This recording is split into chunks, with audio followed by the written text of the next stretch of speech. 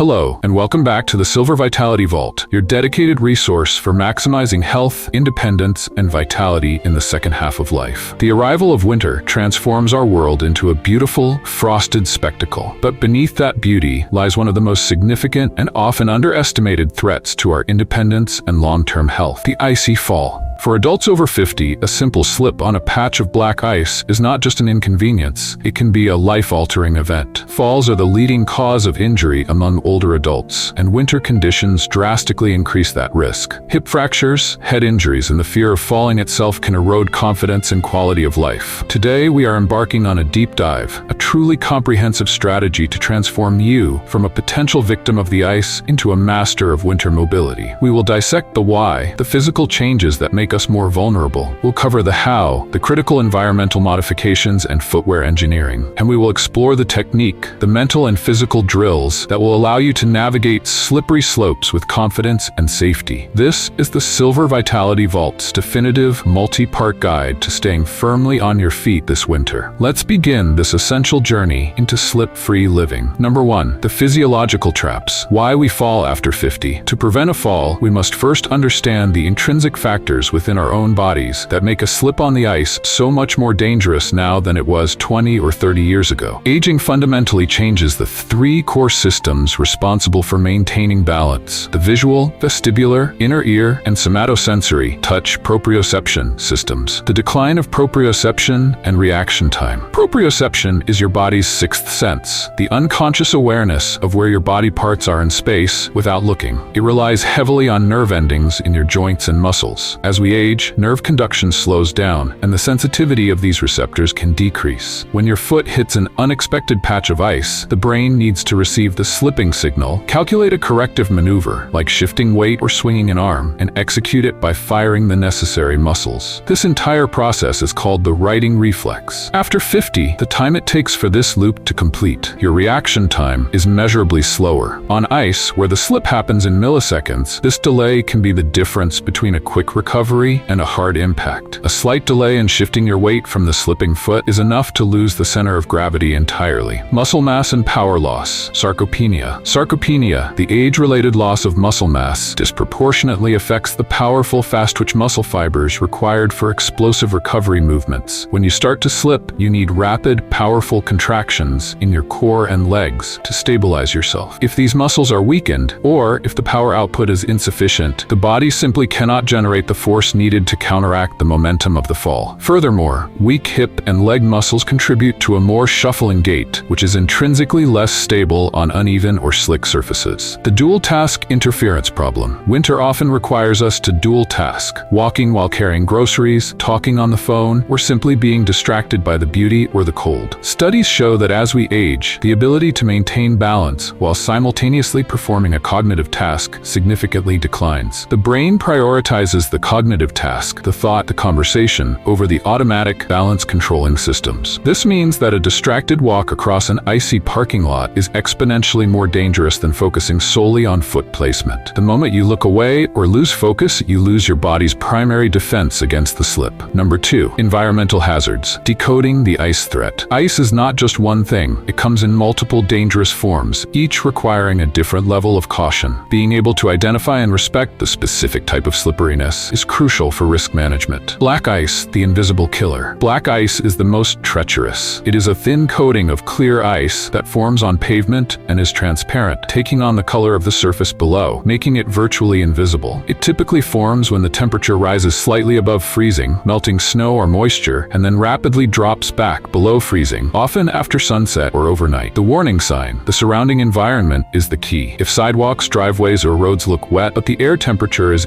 at or below 32, assume that wetness is actually black ice. Common locations: bridges, overpasses, shaded areas where the sun doesn't melt the ice, and areas where water runs off lawns or downspouts and onto the pavement. Fresh snow on ice. A dusting of fresh snow often hides the dangerous layer of compact, old ice beneath it. This creates a false sense of security where your foot briefly gains traction in the soft snow, only to instantly hit the frictionless layer below, leading to a sudden, often powerful fall. The risk here is compounded by the mental mental lapse. The visibility of snow makes us feel safer when the hidden ice is the true threat. Melt and refreeze cycles. Puddles and packed snow that melt during the day and refreeze into hard, uneven layers at night create a particularly difficult hazard. This refrozen surface is often bumpy, leading to an increased risk of tripping in addition to slipping. This uneven terrain demands even greater core strength and ankle stability to navigate safely. The car-to-door gap. A disproportionate number of falls occur in the final steps between the car door and the entrance to a building. Why? Because people are relaxed, focused on getting inside, and often carrying items, groceries, bags, etc. The area immediately surrounding the car is often compacted, slippery snow and ice created by tire tracks and foot traffic. Never assume the immediate entrance area is safe. Take your time, focus entirely on your footing, and use any available handrail. Number 3. The Silver Vitality Vault. Fall Prevention Arsenal. We cannot eliminate ice, but we can drastically reduce our risk through proper equipment and environmental control. This section focuses on essential gear and home maintenance. 3A. Footwear engineering and selection. Your shoes are your primary interface with the ground. Their design is critical. Sole material. Avoid hard plastic or leather soles, which are slick even on dry surfaces. Look for softer, rubber compound soles, which retain flexibility and grip better in cold temperatures. The rubber should feel supple, not rigid. Tread design. Look for deep,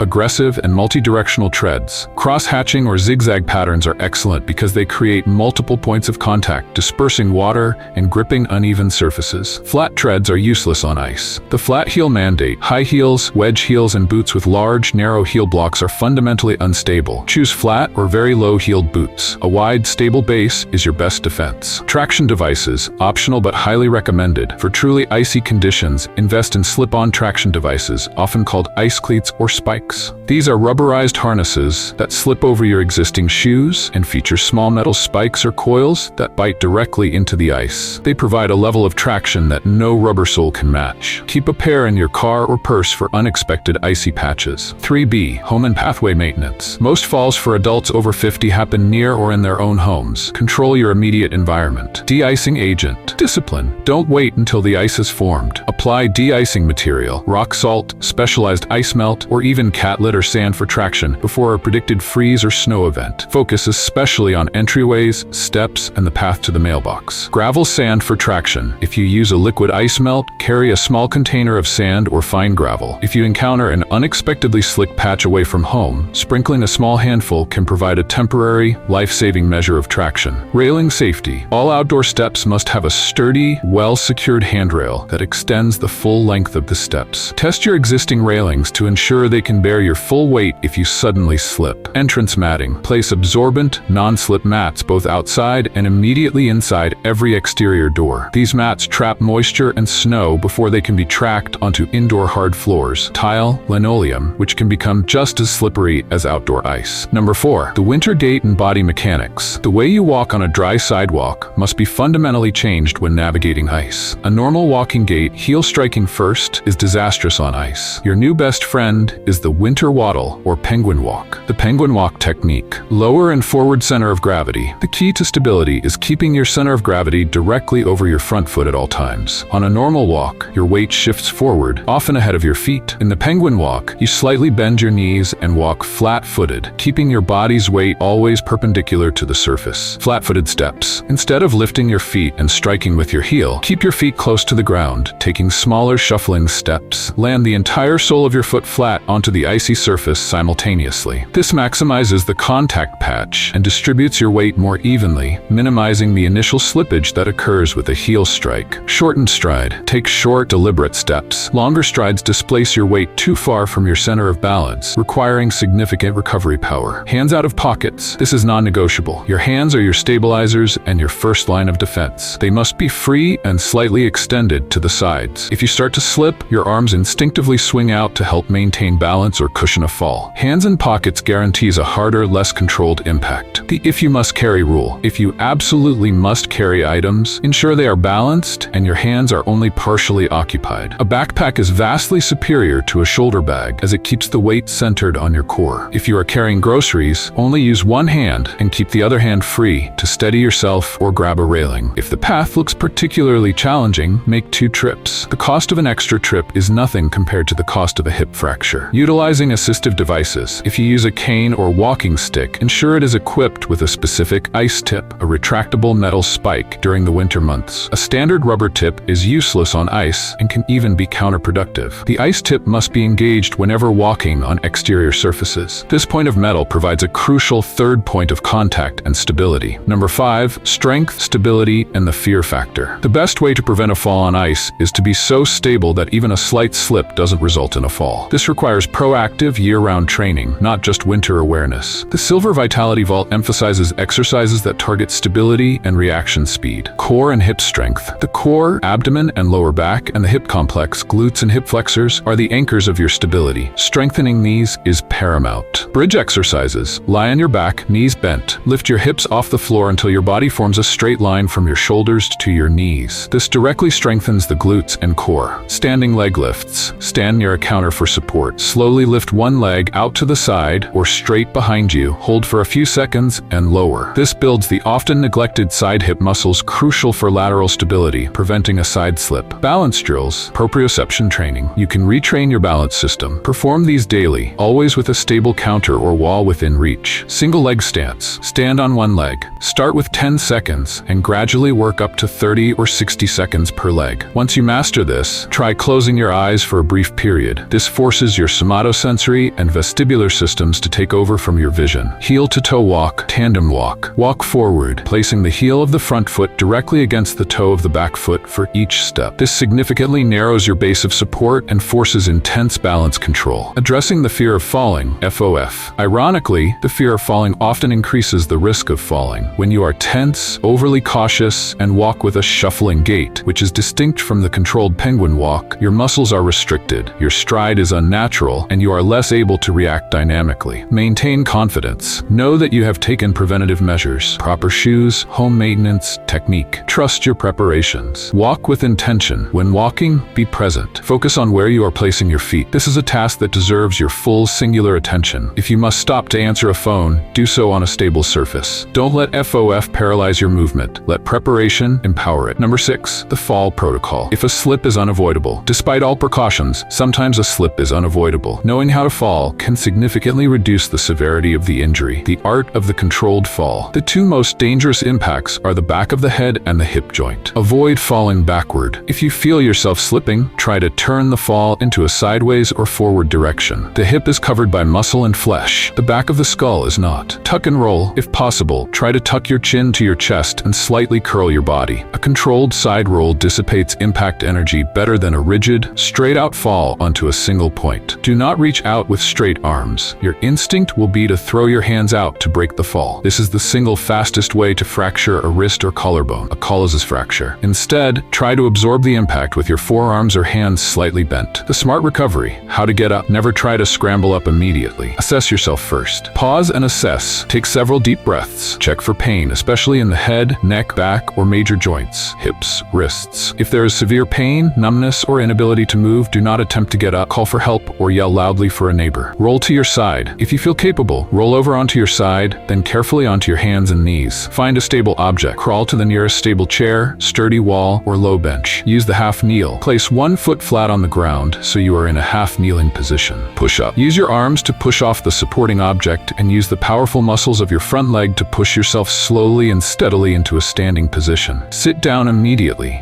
Once standing, do not try to walk away. Sit down on the chair or rest against the wall for a few minutes to ensure you are not dizzy or in shock before attempting to move on. We have truly left no stone unturned today. We've dissected the science of balance loss, decoded the invisible threats of black ice, engineered the perfect pair of boots, taught you the penguin walk, and reinforced the vital role of year-round strength training. A fall on ice is not an inevitable part of winter or of aging. It is a preventable event that yields to preparation, awareness, and the right technique. By incorporating this comprehensive guide from the Silver Vitality Vault into your winter routine, by respecting the environment, wearing the right gear, and practicing your balance, you empower yourself to meet the season, not with fear, but with confidence. Your mobility is your most valuable asset. Protect it fiercely this winter. Thank you for trusting the Silver Vitality Vault with this vital health information. If this script helps keep you, a parent, or a friend safe this winter, please give us a thumbs up, subscribe, and share this video widely. It's knowledge that saves futures. Stay stable, stay well, and we'll unlock more keys to vitality in our next episode.